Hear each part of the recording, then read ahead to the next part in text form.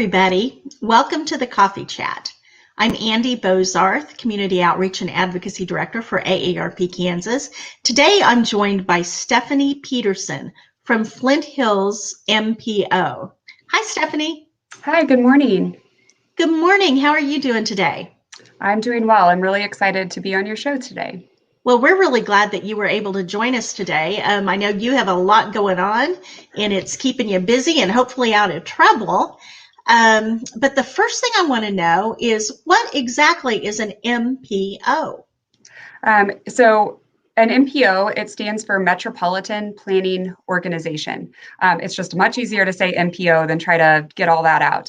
But what we are, and there's these organizations all over the country. We actually have 5 in Kansas, is an entity that is responsible for transportation planning.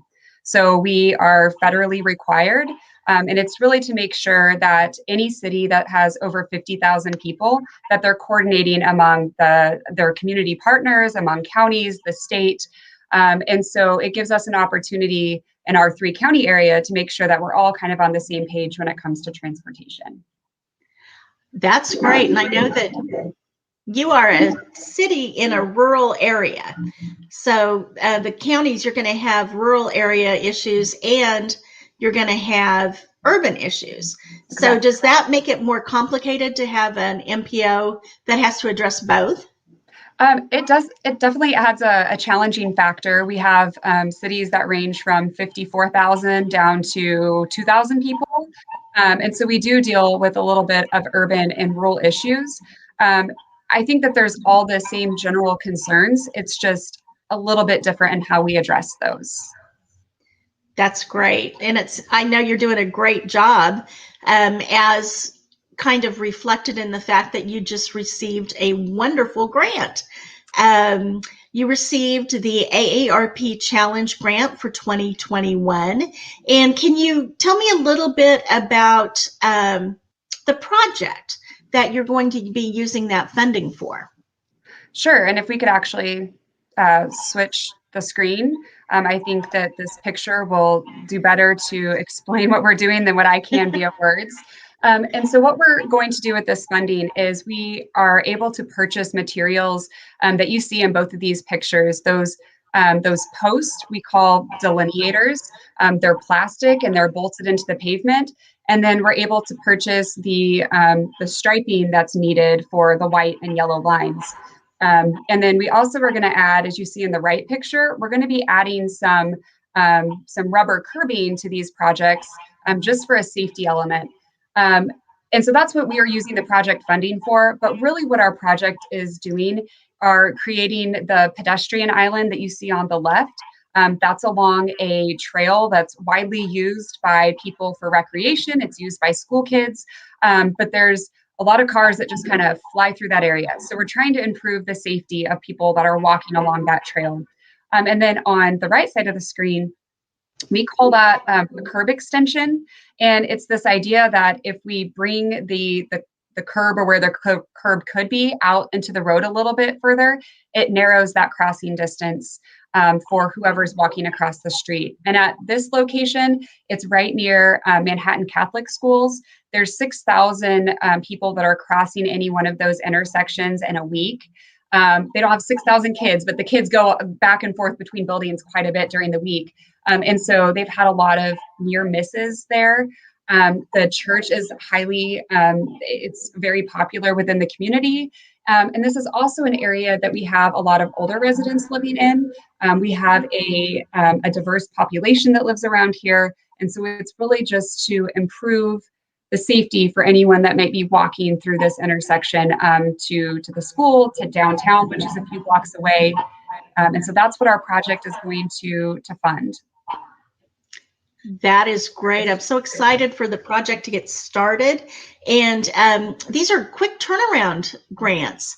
And it sounds like the focus of your grants are basically pedestrian safety for both of these projects. And can you tell me a little bit about why you decided to apply for this quick turnaround grant? Yes. So the project that you see on the left-hand side, That is, we call that a demonstration project. I was actually out over the last 2 days doing something similar in another community. And it may look like I'm sitting in a utility closet, but behind me are all the materials that we have to use for projects like this grant and for those demonstration projects. But we're able to put up a project like you see on the left hand of the screen in a day. It's very temporary, and as soon as it rains, all that paint washes away. So when we start looking at longer term solutions that are still cost effective, we are able to implement something like you see on the right hand side of the screen. We can do that probably in a couple of days, or the city crews can do that.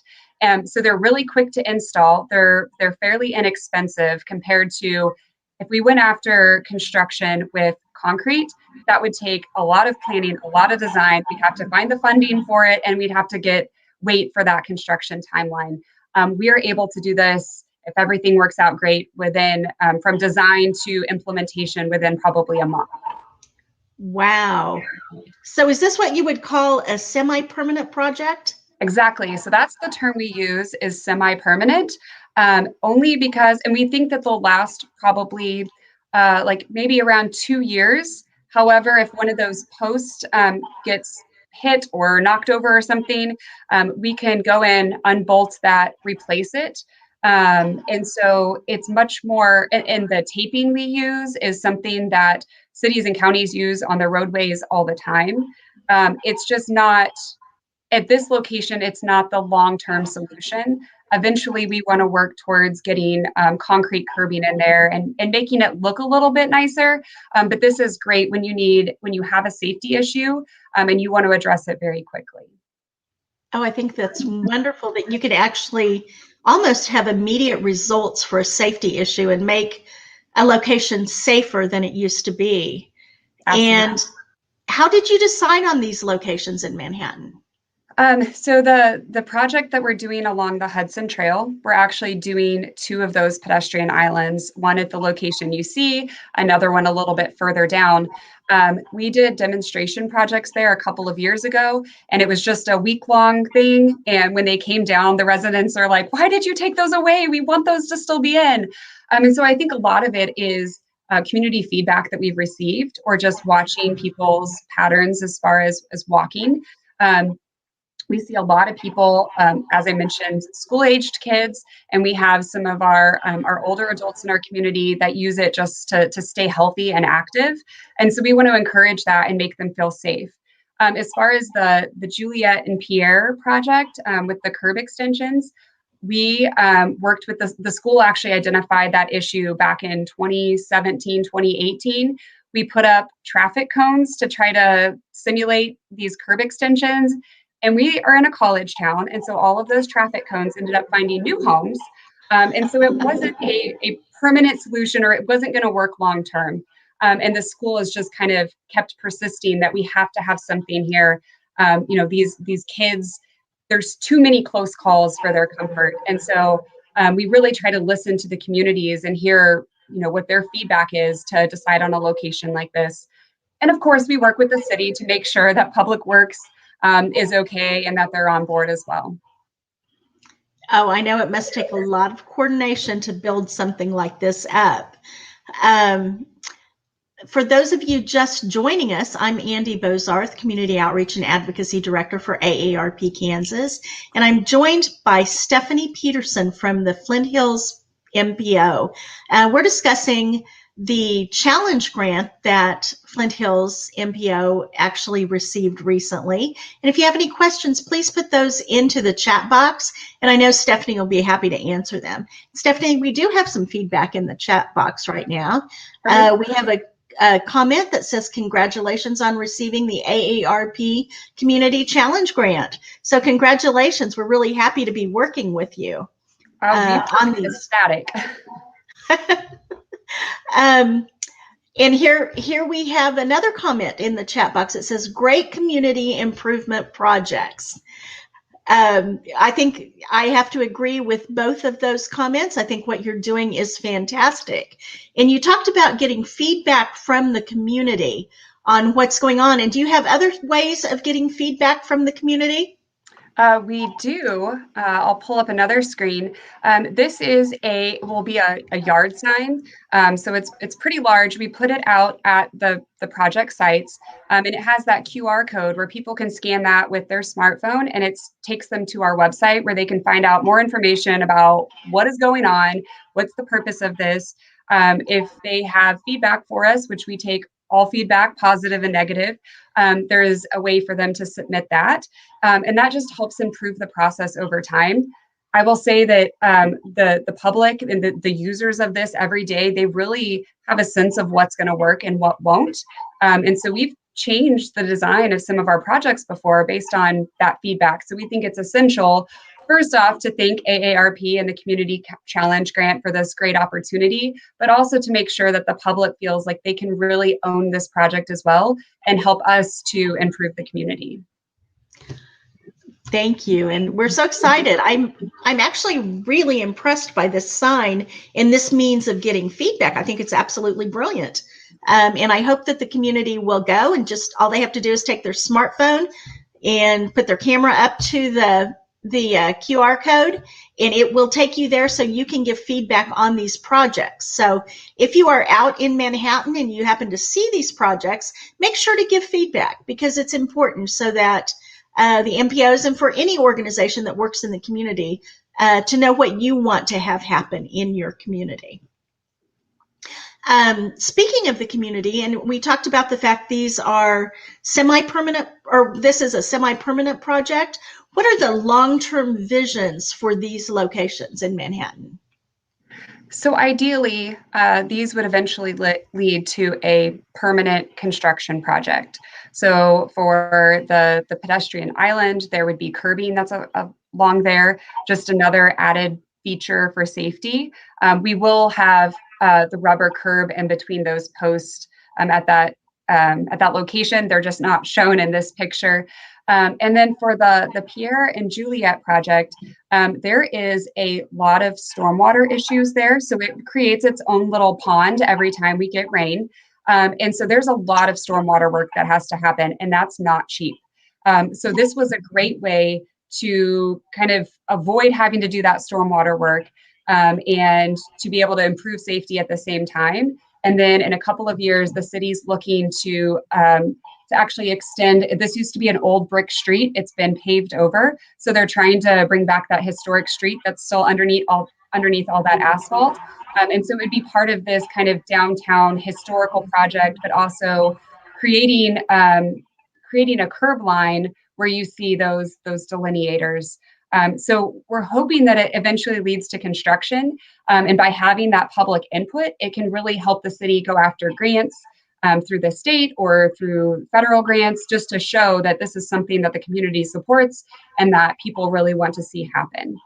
And if we get negative feedback and people really just don't like it, that's also an opportunity for the city to say, maybe we don't do this. It's not something the community wants. And we don't spend a lot of money on construction to have to rip it out. But I have a hunch that's not going to be the case based on the feedback we've already received. Oh, I think that's great. I'm going to change the view so that people just see us, and I'm going to ask you a little bit more about what other projects is Flint Hills MPO working on right now? We have a ton of projects. The one that I was out over the last 2 days doing it's a demonstration project. So that 1 week type of project. And it's in St. George, Kansas. It's kind of between Manhattan and Wamego on US 24. And we put in a series of curb extensions. We actually, for the first time, redid some of their parking. They have parallel parking on their main street, but it doesn't show you where to park. So it's not very efficient. Cars park really far away from each other, but not enough room where somebody else can get between. So we're working with them to make their downtown more efficient for parking. We're working with them to make sure that people can cross the street a little bit safer. A lot of kids that go to the elementary school there have to walk along that street, along that roadway. And everybody goes to the post office to get their mail. So it doesn't matter if you're young, if you're older, everybody's using that corridor. So we're working on that right now. We do a lot of safe routes to school, which doesn't just benefit the elementary school kids that are walking and biking, it benefits everybody that lives in that neighborhood and to be able to walk safer. We're doing that in Junction City. And we're doing actually a very similar project to what we received this grant funding for. We're doing that in Junction City near 5 elementary schools. Again, to make the neighborhood safer, it benefits the kids walking and biking to school. There's not anybody that really doesn't get to benefit from these projects. I think that's great. You are doing incredible work. And I want to congratulate you again on winning the AARP Community Challenge Grant. And thank you for all the great work that you do. And hopefully you can come back and talk to us again when the Challenge Grant projects are completed. Yeah, that would be wonderful. And if anybody's interested to see how these are turning out, we'll be posting photos of the process and the project to our website. And so if you go to our website and you go to the current projects tab at the top, and it's under the Manhattan projects, you'll see AARP's logo on there. You click that, it takes you to the project page. You can kind of follow what we're doing and what the final product looks like. But we're really excited and grateful for the opportunity to help improve the livability of our community. Thank you so much, Stephanie. And I look forward to seeing the final project. Thank you. Thank you.